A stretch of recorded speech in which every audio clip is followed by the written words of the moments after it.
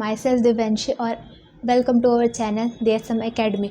और आज हम पढ़ने वाले हिंदी ग्रामर का एक बहुत ही इम्पॉर्टेंट और ईजीएस्ट टॉपिक, इन हमारे पूरे हिंदी के सिलेबस में सबसे ईजीएस्ट टॉपिक एंड सबसे फर्स्ट टॉपिक, जिसका नाम है शब्दों के भेद। अभी शब्दों के भेद का मतलब क्या होता है, ठीक है। शब्द को जब हम बनाते हैं, जब हम एक कंप्लीट सेंटेंस फॉर्म करते हैं, तो उसके लिए हमें अलग अलग शब्दों की ज़रूरत पड़ती है। अलग अलग नाम, सर्वनाम, क्रिया, ये सारे शब्दों को मिला करके हम एक पूरी तरीके से एक कंप्लीट सेंटेंस फॉर्म बनाते हैं, एक पूरा वाक्य बनाते हैं। अभी शब्दों के भेद मेजरली दो तरीके के होते हैं, दो पार्ट्स में ये डिवाइडेड होते हैं। जैसे हमारे इंग्लिश में पार्ट्स ऑफ स्पीच होता है 8 डिफरेंट टाइप्स का, वैसे ही सेम एज इट इज़ हमारे हिंदी में होता है, बट इसको हमने नाम क्या दिया हिंदी में, शब्दों के भेद। अभी शब्दों के भेद कितने प्रकार के होते हैं, 2 प्रकार के होते हैं। पहला देखेंगे हम, पहला है विकारी शब्द और दूसरा है अविकारी शब्द। अभी इसको ज़्यादा बेटरली जानेंगे हम परिभाषा के तरीके से। देखिए, जिन शब्दों के रूप में लिंग, वचन, कारक, काल आदि के कारण कोई परिवर्तन होता है, उसे हम क्या कहते हैं, विकारी शब्द कहते हैं। अब इसका मतलब क्या हुआ कि किसी भी शब्दों में या फिर किसी भी वाक्य में जब लिंग, वचन, कारक और काल ये सब आने के कारण या फिर ये सब बदलने के कारण वहाँ पे कोई परिवर्तन होता है, उसे हम विकारी शब्द कहते हैं। अभी विकारी शब्दों के 4 भेद होते हैं, संज्ञा, सर्वनाम, क्रिया और विशेषण। ओके, नेक्स्ट है अविकारी शब्द। अभी अविकारी शब्द का परिभाषा क्या है, जिन शब्दों के रूप में लिंग, वचन, कारक, काल आदि के कारण कोई परिवर्तन नहीं होता है। नहीं होता है मतलब क्या, सिंपली ये जो है वो विकारी शब्द का अपोजिट है। विकारी शब्द में हमने क्या देखा, वहाँ पे लिंग, वचन, कारक और काल ये सब का परिणाम जो है या फिर ये सब अगर बदल रहे हैं तो इनके साथ साथ हमारे शब्दों में, हमारे वाक्यों में भी परिवर्तन आ रहा है। वहीं अविकारी शब्द में क्या है कि हमारे लिंग, वचन, काल या कारक किसी भी चीज़ों में परिवर्तन होने की वजह से, किसी भी चीज़ों में बदलाव होने की वजह से हमारे वाक्य में, हमारे शब्दों में कोई परिवर्तन नहीं होता है, वो एज इट इज़ रहते हैं, जैसे कि तैसे रहते हैं। अभी अविकारी शब्दों के भी 4 भेद होते हैं। पहला है क्रिया विशेषण अव्यय, संबंध बोधक अव्यय, समुच्चय बोधक अव्यय और विस्मयादि बोधक अव्यय। अभी हाँ, एक इम्पॉर्टेंट चीज़, अविकारी शब्द को ही हम अव्यय भी कहते हैं। ओके, अभी देखते हैं हम ये सब एक एक परिभाषा के साथ कैसे होते हैं। पहले देखेंगे विकारी शब्दों के भेद। विकारी शब्दों में पहला क्या है, संज्ञा है। अभी संज्ञा की परिभाषा क्या दी हुई है, किसी व्यक्ति, वस्तु, स्थान अथवा भाव आदि के नाम को हम क्या कहते हैं, संज्ञा कहते हैं। मतलब जब हम किसी व्यक्ति, वस्तु या स्थान या फिर किसी भाव को हम जब प्रकट करते हैं उसके एक स्पेसिफिक नाम के साथ, उसे हम क्या कहते हैं, संज्ञा कहते हैं, नाउन कहते हैं। इंग्लिश में संज्ञा को नाउन कहते हैं। उदाहरण देखिए, खिड़की, गंगा, पुस्तक, रामायण, ये सब इसके उदाहरण है। अभी इसमें अलग अलग कैसे है, खिड़की ये एक वस्तु का नाम हो गया, गंगा ये एक स्थान का नाम हो गया, गंगा नदी, ठीक है। पुस्तक ये एक वस्तु का नाम हो गया, रामायण एक पवित्र ग्रंथ है हमारा, उसका नाम हो गया, ठीक है। अभी अगर हम इसको सेंटेंस के थ्रू देखेंगे, एक वाक्य में देखेंगे तो कैसा आएगा, गंगा एक पवित्र नदी है, ठीक है। अभी अगर इसमें हम आइडेंटिफाई करेंगे संज्ञा तो क्या है यहाँ पे, गंगा, क्योंकि ये क्या है, एक स्थान का नाम है, ठीक है। अभी दूसरा है सर्वनाम। सर्वनाम की परिभाषा देखिए, नाम के बदले प्रयुक्त किए गए शब्दों को हम सर्वनाम कहते हैं, ठीक है। अभी ये सेम सिमिलर होता है एज हमारे संज्ञा की तरह, जहाँ पे संज्ञा में हम किसी व्यक्ति, वस्तु या स्थान को स्पेसिफिक उसका नाम देते हैं, उसको एक पर्टिकुलर नाम के साथ ही बुलाते हैं। वही हम सर्वनाम में क्या कहते हैं, नाम के बदले प्रयुक्त करते हैं। मतलब अगर हम अपना वाक्य ऐसे ही रख रहे हैं तो वहाँ पे हम क्या करेंगे, संज्ञा के जगह पे हम जो शब्द इस्तेमाल करेंगे उसे हम सर्वनाम कहते हैं। अभी सर्वनाम के कुछ उदाहरण है, से आप, मैं, तुम, हम, यह, वह और भी बहुत सारे उदाहरण हैं सर्वनाम के। अभी इसको हम वाक्य में देखेंगे, तुम कल विद्यालय जा रहे हो, ठीक है। अभी यहाँ पे वह इंसान कल विद्यालय जा रहा है, ठीक है। ये अभी यहाँ पे सर्वनाम क्या है, तुम है, ठीक है। हम यहाँ पे क्या करें, संज्ञा के जगह पे इनडायरेक्टली क्या इस्तेमाल करें, दूसरा शब्द इस्तेमाल करें जो हमारे वाक्य में कोई परिवर्तन नहीं ला रहा है। बस हमारा जो नाम है, हमारा जो व्यक्ति है, जो वहाँ पे हमारा सब्जेक्ट है एज अ, बस वहाँ पे हम क्या चेंज कर रहे हैं, नाम की जगह पे हम सीधा सर्वनाम लगा रहे हैं। ओके। तीसरा विकारी शब्द का उदाहरण है क्रिया। अभी क्रिया लाइक वर्ब, एक्शन वर्ड्स जहाँ पे डिस्क्राइब होते हैं, जहाँ पे हमें ये पता चलता है कि वाक्य में कोई तो काम हो रहा है, ठीक है। जिन शब्दों या पदों से काम होने का पता चलता है उसे हम क्या कहते हैं, क्रिया कहते हैं, ठीक है।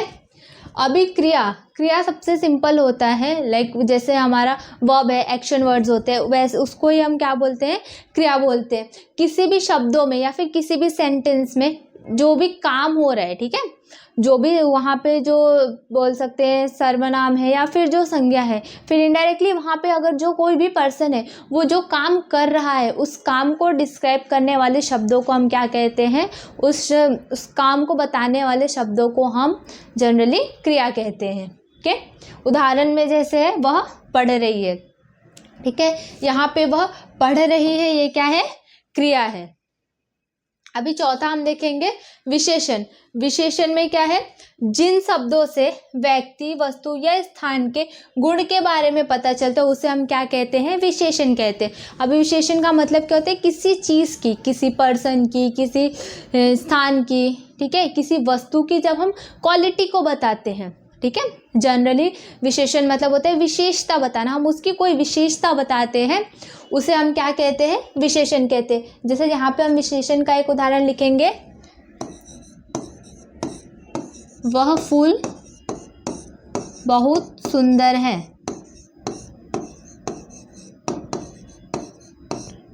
अभी इस वाक्य में हम क्या कर रहे हैं, उस फूल के हम क्या कर रहे हैं, विशेषता बता रहे हैं। विशेषता कैसे बता रहे हैं, वो फूल कैसा है, बहुत ही सुंदर है, ठीक है। इस तरीके से हम जब किसी भी व्यक्ति, वस्तु या स्थान के जगह, लाइक हम कहीं हम घूमने भी जाते हैं, हमें वो जगह बहुत अच्छी लगती है तो हम वहाँ की विशेषताएं बताते हैं आने के बाद, घूम के आने के बाद अपने दोस्तों को, अपने फैमिलीज़ को। उसी तरीके से विशेषता क्या होती है, विशेषण क्या होता है, किसी भी चीज़ के बारे में उसकी क्वालिटी को बताना, उसकी क्वालिटी को इन्हांस करना। ओके। अभी ये हो गया विकारी शब्दों के भेद। अभी हम देखेंगे अविकारी शब्दों के भेद।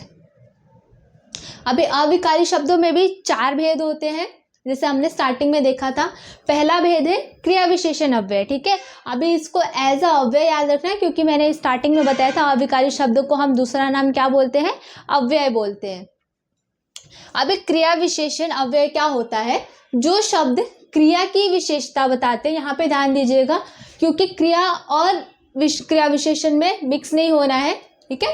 क्रिया विशेषण अव्यय क्या होता है, जो शब्द क्रिया की विशेषता बताता है, ठीक है। मतलब हमने क्रिया में क्या देखा था कि सेंटेंस में कोई पर्सन है जो क्या कर रहा है, कुछ तो काम कर रहा है, उसको हमने क्रिया बताया था। वैसे ही क्रिया विशेषण में क्या होता है कि जो पर्सन है, ठीक है, जो भी इंसान या फिर जो भी वो शब्द है जो क्या करते हैं, क्रिया की विशेषता बताते हैं। मतलब जो काम हो रहा है उसकी विशेषता बताते हैं कि वो काम किस तरीके से हो रहा है, उसे हम क्या कहते हैं, क्रिया विशेषण अव्यय कहते हैं। उदाहरण देखिए, खरगोश धीरे चलता है, ठीक है। अभी खरगोश चलता है, ये क्या है, ये उसकी क्रिया है, पर वो किस तरीके से चल रहा है, धीरे चल रहा है। ये क्या हम बता सकते हैं, यहाँ पे उसकी ये क्रिया की विशेषता बता रहे हैं, ठीक है। जनरली उसका काम क्या है, खरगोश का काम कि वो चल रहा है, पर किस तरीके से चल रहा है, किस गति से चल रहा है, किस स्पीड से चल रहा है, वो हमें किससे पता चल रहा है, इस शब्द से पता चल रहा है, धीरे। कि खरगोश जो है किस तरीके से चल रहा है, धीरे धीरे चल रहा है, ठीक है। सेकेंड टाइप है संबंध बोधक अव्यय। अभी संबंध बोधक, ये संबंध, इस शब्द से हमें क्या पता चल रहा है कि किसी न किसी दो चीज़ों के बीच में वो क्या बताएगा, संबंध बताएगा, एक रिलेशन स्टैब्लिशमेंट बताएगा। इसका परिभाषा देखेंगे, जो अव्यय शब्दों से संज्ञा अथवा सर्वनाम का वाक्य के दूसरे शब्दों के साथ संबंध पता चलता है उसे हम क्या कहते हैं, संबंध बोधक अव्यय कहते हैं, ठीक है। ध्यान देना, जिस भी शब्द से, ठीक है, पूरे वाक्य में जिस भी शब्द से हमें संज्ञा और सर्वनाम जो है, ठीक है, या तो संज्ञा रहेगा या तो सर्वनाम रहेगा, उसका हमें वाक्य के दूसरे बाकी जो हमारे शब्द हैं उसके साथ जब हमें उसका कुछ तो रिलेशन पता चलता है, उसे हम क्या कहते हैं, संबंध बोधक अव्यय कहते हैं। ठीक है, सिंपली क्या होता है, संज्ञा या सर्वनाम का, ओके, संज्ञा या तो फिर सर्वनाम का वाक्य के जो बाकी के शब्द रहते हैं उनके साथ संबंध बताना, इसको हम क्या कहते हैं, संबंध बोधक अव्यय कहते हैं। ऐसे उदाहरण दिया यहाँ पे, नम्रता के बिना ज्ञान का अर्थ नहीं। ठीक है, अभी नम्रता यहाँ पे ये क्या है, नाम है। ठीक है, एक भाव बताया गया है, उसको हमने नाम दिया है नम्रता का। ठीक है, नम्रता एक भाव होता है, नम्रता के बिना। ठीक है, अभी ज्ञान का अर्थ नहीं, ये क्या है यहाँ पे, के बिना। ठीक है, ये शब्द जो है ये क्या बता रहा है, संज्ञा का बाकी जो हमारे वाक्य के शब्द हैं, ठीक है, इनके साथ क्या बता रहा है, इसका रिश्ता बता रहा है कि नम्रता के बिना क्या है, ज्ञान का हमारा कोई अर्थ नहीं है। ठीक है, इसलिए यहाँ पे के बिना ये जो शब्द है ये क्या बता रहा है, संबंध बता रहा है संज्ञा का शब्द वाक्य के बाकी शब्दों के साथ। ठीक है, अभी तीसरा भेद कौन सा है, समुच्चय बोधक अव्यय। अभी समुच्चय बोधक अव्यय क्या होता है, ध्यान दीजिएगा, जो शब्द दो शब्दों, ठीक है, कोई भी ऐसा शब्द जो क्या करता है, दो शब्द या तो फिर दो वाक्यों को जोड़ते हैं, ठीक है, उसे हम क्या कहते हैं, संबंध बोधक अव्यय कहते हैं। जो भी शब्द क्या करता है, दो शब्दों को, ठीक है, लाइक दो आपस के शब्दों को जोड़ने का काम करता है या तो फिर दो वाक्यों को जोड़ने का काम करता है, उसे हम क्या कहते हैं, समुच्चय बोधक अव्यय कहते हैं।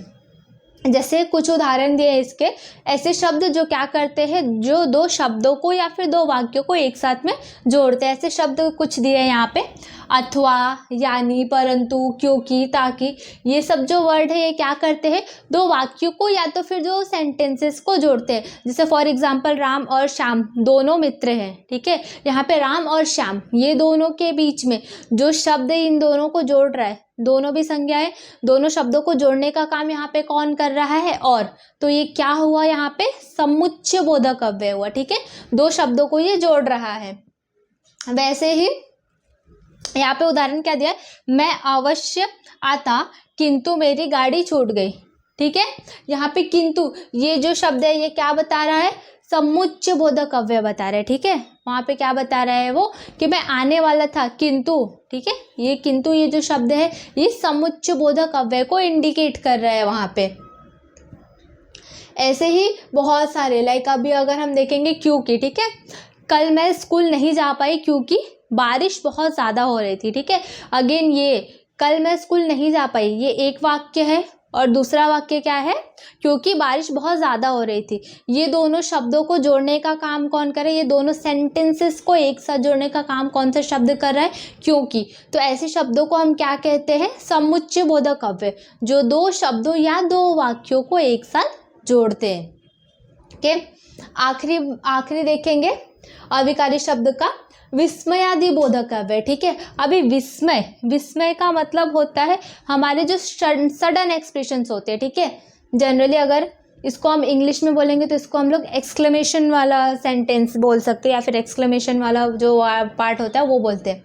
ठीक है, जिन अव्यय शब्दों से शोक, हर्ष का मतलब खुशी होता है, घृणा मतलब नफरत होता है, दुख आदि का बोध होता है, उसे हम विस्मय आदि बोधक अव्यय कहते हैं। ठीक है, इसमें जनरली सिंपली क्या आता है, जो भी हमारे सडन एक्सप्रेशंस रहते हैं, ठीक है, जिसके लिए फॉर एग्जांपल हम रेडी नहीं रहते, लाइक हम अगर कभी बहुत खुशी वाला माहौल देखते हैं तो हमारे फेस के या फिर हमारे वर्ड्स के जो एक्सप्रेशंस रहते हैं, ठीक है, उसको कहते हैं। या तो फिर अगर हम बहुत ज़्यादा सैड है या फिर हम बहुत ज़्यादा कोई बोल सकते हैं तो बहुत ऐसे शॉकिंग चीज़ें देखते हैं। ठीक है, जिसके बाद क्या होता है, हमारा जो सडन एक्सप्रेशन रहता है, जो हमारे इनर फीलिंग कम आउट रहती है, उसको हम क्या बोलते हैं, विस्मयादि बोधक अव्यय बोलते हैं। ठीक है, जैसे एग्जाम्पल दिया हुआ है, वाह हम जीत गए। ठीक है, लाइक हम ऐसे हमारे सडन एक्सप्रेशंस रहते हैं, जब हम कोई गेम वगैरह खेलते हैं उस टाइम पे अगर हम जीत जाते हैं तो हमारे सडन एक्सप्रेशन रहता है, वाह हम जीत गए। ठीक है, तो ये जो वाह शब्द है ये क्या करता करता है, विस्मयादि बोधक अव्यय को सूचित करने का काम करता है। विस्मयादि बोधक अव्यय के बारे में हमें